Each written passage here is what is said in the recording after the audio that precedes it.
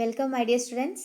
ഇന്ന് നമ്മൾക്ക് +1 ബിസിനസ് സ്റ്റഡീസിലെ chapter 8 sources of business finance. ഈ ചാപ്റ്ററിൽ ബിഗിനിങ് കോൺസെപ്റ്റ്സ് നമുക്ക് ഡിസ്കസ് ചെയ്യാം. അപ്പോൾ ഈ ഒരു ചാപ്റ്ററിൽ നമ്മൾ എന്താണ് പഠിക്കാൻ പോകുന്നത് അതാദ്യം നമ്മൾ മനസ്സിലാക്കണം. അതായത് ഏതൊരു ബിസിനസ് റൺ ചെയ്യുന്നതിലും ഏതൊരു ബിസിനസ് സ്റ്റാർട്ട് ചെയ്യുന്നതിനും ഫിനാൻസ് എന്ന് പറയുന്നത് എസെൻഷ്യൽ ആയിട്ടുള്ള റിസോഴ്സാണ്, അല്ലേ? മണി. അപ്പോൾ ഈ മണി അല്ലെങ്കിൽ ഫിനാൻസ് എവിടെ നിന്നൊക്കെ കിട്ടും എന്നുള്ളത്, ഏതെല്ലാമാണ് സോഴ്സസ്, ഏതെല്ലാം വേസിൽ ഒരു ഓർഗനൈസേഷൻ റൺ ചെയ്യാൻ വേണ്ടിയിട്ടുള്ള ഫിനാൻസ് എവിടെ നിന്നെല്ലാം കിട്ടും എന്നുള്ളതിനെ പറ്റിയിട്ടാണ് ഈ ചാപ്റ്ററിൽ പഠിക്കുന്നത്. അപ്പോൾ ബിസിനസ് സ്റ്റാർട്ട് ചെയ്യാൻ പോകുന്ന ഓരോ പേഴ്സണും അറിഞ്ഞിരിക്കേണ്ട സോഴ്സസ്, ഫിനാൻസ് സോഴ്സസ് ഏതൊക്കെയാണ് എന്ന് തന്നെയാണ് നമ്മൾ ഈ ചാപ്റ്ററിൽ ഡിസ്കസ് ചെയ്യാൻ പോകുന്നത്. അപ്പോൾ എല്ലാ ഓർഗനൈസേഷനിലും ഫിനാൻസ് എന്ന് പറയുന്നത് ആ ഒരു resource it's very very important, അല്ലേ? Finance is a life blood of every business എന്നാണ് പറയുന്നത്. അപ്പോൾ എന്തിനാണ് ഈ ഫിനാൻസ്, എന്തിനാണ് ഈ ഓർഗനൈസേഷനിൽ ഇത്രയധികം ഫിനാൻസ്? അപ്പോൾ ഒരു ഓർഗനൈസേഷൻ്റെ ഫിനാൻഷ്യൽ നീഡ്സിനെ നമുക്ക് രണ്ട് രീതിയിൽ കാറ്റഗറൈസ് ചെയ്യാം. അതിൽ ഫസ്റ്റ് വണ്ണാണ് fixed capital requirements. Fixed capital requirements. അപ്പോൾ എന്താണ് ഫിക്സഡ് ക്യാപിറ്റൽ റിക്വയർമെൻറ്റ്സ്? നമുക്കറിയാം, ഒരു ബിസിനസ് സ്റ്റാർട്ട് ചെയ്യുമ്പോൾ ബിസിനസ്സിലേക്ക് വേണ്ട അസറ്റ്സ് വേണം, ഫിക്സഡ് അസറ്റ്സ് വേണം, അല്ലേ? ലാൻഡ് വേണം, ബിൽഡിംഗ് വേണം, മെഷീനറി വേണം, ഫർണിച്ചർ വേണം.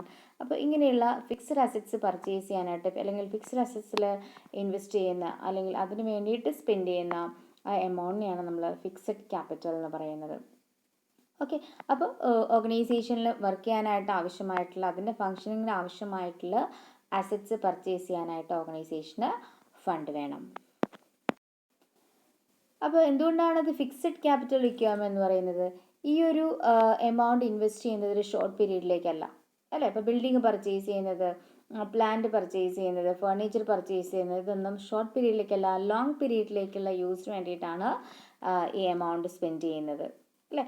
അപ്പോൾ അതുകൊണ്ടാണ് ഇത് ഫിക്സഡ് ക്യാപിറ്റൽ റിക്വയർമെൻറ്റ് എന്ന് പറയുന്നത്. അപ്പോൾ ഈ ഫിക്സഡ് ക്യാപിറ്റൽ റിക്വയർമെൻറ്റ് എന്ന് പറയുന്നത് എല്ലാ ഓർഗനൈസേഷനും ഒരുപോലെ ആയിരിക്കണമെന്ന് യാതൊരു നിർബന്ധമില്ല, അല്ലേ? ഒരു ട്രേഡിംഗ് കൺസേൺ ആണെങ്കിൽ ചിലപ്പോൾ small amount of fixed capital ആയിരിക്കും ആവശ്യം വരിക. എന്തുമായിട്ട് കമ്പയർ ചെയ്ത് നോക്കുമ്പോൾ ഒരു മാനുഫാക്ചറിങ് കൺസേണുമായിട്ട് കമ്പയർ ചെയ്ത് നോക്കുമ്പോൾ. ഓക്കെ. അപ്പം അതുപോലെ ഫിക്സഡ് ക്യാപിറ്റൽ ഇൻവെസ്റ്റ്മെൻറ്റിൻ്റെ ആ ഒരു നീഡ് എന്ന് പറയുന്നത് ലാർജ് എൻ്റർപ്രൈസിൽ കൂടുതലായിരിക്കും comparing to the small enterprises. അപ്പോൾ fixed capital investment it is needed in every organisation. പക്ഷേ അത് ഓർഗനൈസേഷൻ്റെ ആ ഒരു നേച്ചർ അല്ലെങ്കിൽ ഇതിൻ്റെ സൈസ് ഇതിനെയൊക്കെ ഡിപ്പെൻഡ് ചെയ്തിരിക്കും. ഇനി ഫിക്സഡ് ക്യാപിറ്റൽ റിക്വയർമെൻറ്റ് മാത്രമല്ല, രണ്ടാമത്തെ കാറ്റഗറി ഓഫ് നീഡ് എന്ന് പറയുന്നത് വർക്കിംഗ് ക്യാപിറ്റൽ റിക്വയർമെൻറ്റ്സ് ആണ്. സോ വർക്കിംഗ് ക്യാപിറ്റൽ അതായത് കമ്പനിയുടെ ഡേ ടു ഡേ ആക്ടിവിറ്റീസിന് വേണ്ടിയിട്ടുള്ള മണി, ഫിനാൻസ്. ഓക്കെ. അപ്പോൾ കമ്പനിക്ക് ഇപ്പം റെൻറ്റ് പേ ചെയ്യുക, വേജസ് പേ ചെയ്യണം, സാലറീസ് പേ ചെയ്യണം, ടാക്സസ് പേ ചെയ്യണം, അല്ലേ? അപ്പോൾ ഇതൊക്കെ റിപ്പീറ്റിംഗ് നേച്ചറുള്ള അല്ലെങ്കിൽ ഡേ ടു ഡേ ഓപ്പറേഷൻസിൽ പെടുന്ന കാര്യങ്ങളാണ്. അപ്പോൾ ഇതിനൊക്കെ വേണ്ടിയിട്ട് വേണ്ട ഫിനാൻസിനാണ് അല്ലെങ്കിൽ മണിയാണ് വർക്കിംഗ് ക്യാപിറ്റൽ റിക്വയർമെൻറ്റ്സ് എന്ന് പറയുന്നത്. അപ്പോൾ ഈ വർക്കിംഗ് ക്യാപിറ്റൽ റിക്വയർമെൻറ്റ്സ് എന്ന് പറയുന്നതും എല്ലാ ഓർഗനൈസേഷനിലും ഒരുപോലെ ആയിരിക്കണമെന്നില്ല, അല്ലേ? നമുക്കറിയാം, ഒരു ഓർഗനൈസേഷനിൽ ക്യാഷ് സെയിൽസ് ഉണ്ടാവാം, ക്രെഡിറ്റ് സെയിൽസ് ഉണ്ടാവാം. അപ്പോൾ കൂടുതലായിട്ട് ക്രെഡിറ്റ് സെയിൽസ് ചെയ്യുന്ന ഒരു ഓർഗനൈസേഷനിൽ കൂടുതൽ വർക്കിംഗ് ക്യാപിറ്റൽ ആവശ്യമുണ്ട്, അല്ലേ? കാരണം അവിടെ കസ്റ്റമേഴ്സ് എമൗണ്ട് ഒരു പർട്ടിക്കുലർ പീരീഡിൽ ഓൺ ദി സ്പോട്ട് പേ ചെയ്യുന്നില്ല, ഫ്യൂച്ചർ പീരീഡിലേക്കാണ് എന്ത് ചെയ്യുന്നത്, അവിടെ പേയ്മെൻറ്റ് റിസീവ് ചെയ്യുന്നത്. ഓക്കെ. അപ്പോൾ അതുകൊണ്ട് തന്നെ ക്രെഡിറ്റ് സെയിൽസ് നടത്തുന്ന ഒരു ഓർഗനൈസേഷനിൽ കൂടുതൽ വർക്കിംഗ് ക്യാപിറ്റൽ വേണം. പക്ഷേ ക്യാഷ് സെയിൽസ് നടത്തുന്ന ഒരു ഓർഗനൈസേഷനിൽ വർക്കിംഗ് ക്യാപിറ്റൽ അതിന് കുറവുണ്ടാവാനുള്ള പോസിബിലിറ്റി കുറവാണെന്ന് തന്നെ പറയാം. അപ്പോൾ ഇങ്ങനെ fixed capital and working capital requirement എന്ന് പറയുന്നത് കമ്പനിയുടെ ഗ്രോത്ത്, എക്സ്പാൻഷൻ ഇതിനെയൊക്കെ ഡിപ്പെൻഡ് ചെയ്തിരിക്കും. പെട്ടെന്ന് ഗ്രോ ചെയ്യുന്ന ഒരു കമ്പനി ആണെങ്കിൽ അവിടെ ഫിക്സഡ് ക്യാപിറ്റലും വർക്കിംഗ് ക്യാപിറ്റലും ഒരേപോലെ റിക്വയർഡ് ആയിട്ട് വരുന്ന പല സിറ്റുവേഷൻസ് നമുക്ക് കാണാം. അപ്പോൾ ഫോർ എക്സാമ്പിൾ, പുതിയതായിട്ടൊരു ടെക്നോളജിക്കൽ അഡ്വാൻസ്മെൻറ്റ് എന്തെങ്കിലും കമ്പനിയിൽ ഇൻട്രൊഡ്യൂസ് ചെയ്യുമ്പോഴേക്കും, അല്ലെങ്കിൽ പ്രൊഡക്റ്റിൻ്റെ ക്വാളിറ്റിയിൽ ചേഞ്ചസ് വരുത്തുവാണ്, അല്ലേ? അപ്പോൾ ഇങ്ങനെയുള്ള ഏതൊരു ഡിസിഷൻസ് എടുക്കുമ്പോഴും അതിൻ്റെയൊക്കെ പുറകിൽ വലിയൊരു ഫിനാൻഷ്യൽ റിക്വയർമെൻറ്റ്സ് ഉണ്ടാവും. അത് ഫിക്സഡ് ക്യാപിറ്റൽ റിക്വയർമെൻറ്റ്സ് ആവാം അല്ലെങ്കിൽ വർക്കിംഗ് ക്യാപിറ്റൽ റിക്വയർമെൻറ്റ്സ് ആവാം.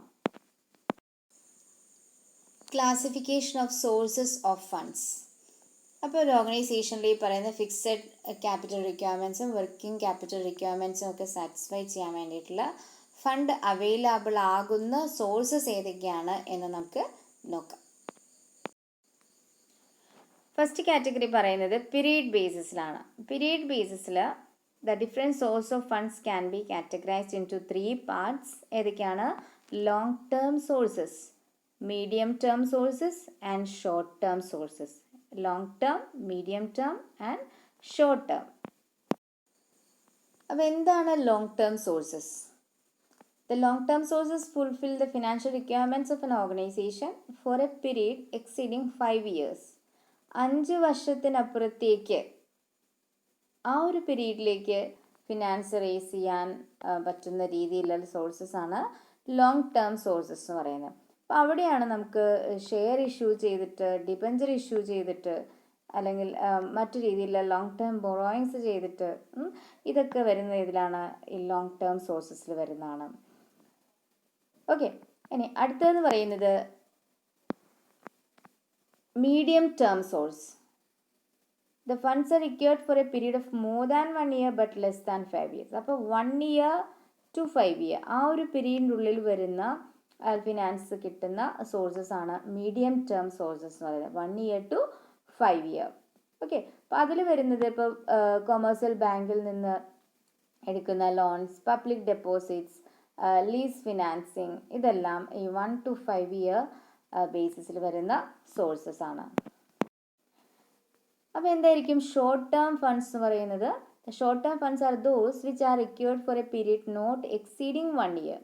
ഒരു വർഷത്തിൻ്റെ അപ്പുറത്തേക്ക് പോവില്ല, ഒരു വർഷത്തിനുള്ളിൽ തന്നെ ഫിനാൻഷ്യൽ റിക്വയർമെൻറ്റ്സ്, അതാണ് നമുക്ക് ഷോർട്ട് ടേം ഫണ്ട്സിൽ കാണാനായിട്ട് പറ്റുക. അപ്പോൾ അതിന് ട്രേഡ് ക്രെഡിറ്റ്, ലോൺസ്, അപ്പോൾ certificate of deposits, call money, അങ്ങനെ കുറേ ഇൻസ്ട്രുമെൻസിലൂടെ റേസ് ചെയ്യാൻ പറ്റുന്ന ഫിനാൻസൊക്കെയാണ് നമുക്ക് ഷോർട്ട് ടേം ഫണ്ട്സിൽ പറയുന്നത്. അപ്പോൾ നമുക്ക് പീരീഡ് ബേസിസിൽ സോഴ്സസ് ഓഫ് ഫിനാൻസിനെ ക്ലാസിഫൈ ചെയ്യുന്ന ഒന്നും കൂടെ പറയാം. ലോങ് ടേം ഫണ്ട്സ് അല്ലെങ്കിൽ long term sources, medium term sources and short term sources. Long term sources എന്ന് പറഞ്ഞാൽ period exceeding 5 years. Medium term sources എന്ന് പറഞ്ഞാൽ 1 year to 5 year. And short term sources എന്ന് പറഞ്ഞാൽ not exceeding 1 year. That means within 1 year. ഇതാണ് നമുക്ക് period ബേസിൽ കാണുന്ന classification. Okay dears, മനസ്സിലായെന്ന് കരുതുന്നു. മറ്റൊരു വീഡിയോയുമായി, മറ്റൊരു ടോപ്പിക്കുമായി വീണ്ടും കാണാം. Thanks for watching and continue learning. By.